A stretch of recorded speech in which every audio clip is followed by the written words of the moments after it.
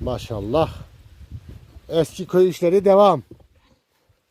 Esas en sağlam bunlar. Taş duvardan ev. Odunluk mu olacak? He, odunluk yapacağım ya. İyi iyi. Güle güle kullan Adem abi. Sağ ol, Allah razı olsun.